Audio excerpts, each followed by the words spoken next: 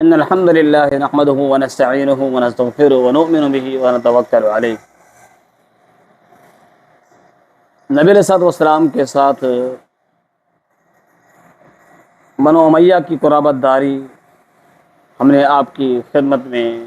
پیش کی پچھلی ویڈیو کے اندر، اور آگے اب ہم آپ کے خدمت میں پیش کرتے ہیں کہ امیر معاویہ رضی اللہ تعالیٰ عنہ کے ساتھ اللہ کے پیغمبر صلی اللہ علیہ وسلم کی قرابت داری کے حوالے سے۔ تو قرابت داری ان کے ساتھ یہ تھی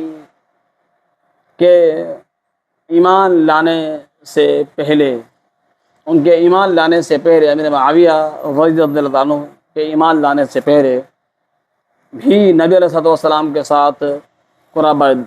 قرابت داری تھی۔ ممکن ہے کہ آپ کو یہ معلوم نہ ہو، آئیے ہم آپ کو بتاتے ہیں کہ کیسے قرابت داری تھی نبی علیہ الصلوۃ والسلام کی امیر معاویہ کے ایمان لانے سے پہلے۔ آئیے بتاتے ہیں کہ ام حبیبہ بنت ابی سفیان کے ساتھ آپ علیہ الصلوۃ والسلام کا نکاح جو تھا وہ قائم ہو چکا تھا امیر معاویہ کے ایمان لانے سے پہلے۔ آپ کو بتاتے چلیں کہ یہ بھی ایک الگ قصہ ہے، لیکن یہ نکاح آپ ہمیں بتائیں گے کہ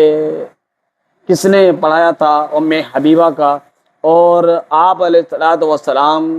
کے ساتھ نکاح یعنی طے کس نے کیا تھا۔ یہ تو طے تو اللہ تبارک و تعالیٰ کی طرف سے ہی ہوا تھا، لیکن نکاح پڑھانا اور نکاح کا حق مہر کس کی طرف سے ادا کیا گیا تھا، یہ آپ ہمیں کمنٹس باکس میں بتائیں گے کہ یہ کس نے ادا کیا تھا اور کتنا ادا کیا تھا۔ تو یہ لہذا ام حبیبہ کے ساتھ آپ علیہ السلام کا جو نکاح ہوا تھا یہ امیر معاویہ کے ایمان لانے سے پہلے۔ ام حبیبہ جو کہ ابو سفیان رضی اللہ عنہ کی بیٹی ہیں، جو بعد میں مسلمان ہوئے فتح مکہ کے ٹائم پہ، یعنی امیر معاویہ کی بہن ہیں، جو کہ ان کے ایمان لانے سے پہلے مسلمان ہو گئی تھی، اور نبی صلی اللہ علیہ وسلم کے ساتھ ان کا نکاح بھی ہو گیا تھا۔ نکاح کس نے پڑھایا تھا یہ آپ ہمیں کمنٹ میں بتائیں گے، اور اس کا حق مہر کس نے ادا کیا تھا نبی علیہ السلام کی طرف سے، یہ بتائیں گے کمنٹ میں۔ ہم نے آپ کی ناظرین سے یہ ایک کوشچن کیا ہے تاکہ ناظرین کے ساتھ ہمارا تعلق جڑا رہے۔ عبد الملک بن عبد الحمید میمون رحمۃ اللہ علیہ فرماتے ہیں کہ میں نے امام احمد بن حنبل رحمۃ اللہ علیہ سے دریافت کیا، ان سے پوچھا کہ رسول اللہ صلی اللہ علیہ وسلم نے کیا آپ نے یہ بات ارشاد نہیں فرمائی تھی کہ کل سحر و نسب ینقطع الا سحری و نسبی، قیامت کے دن میری قرابت داری اور میرے نسب کے علاوہ ہر ایک کے نسب، حسب اور نسب کا تعلق منقطع ہو جائے گا۔ تو انہوں نے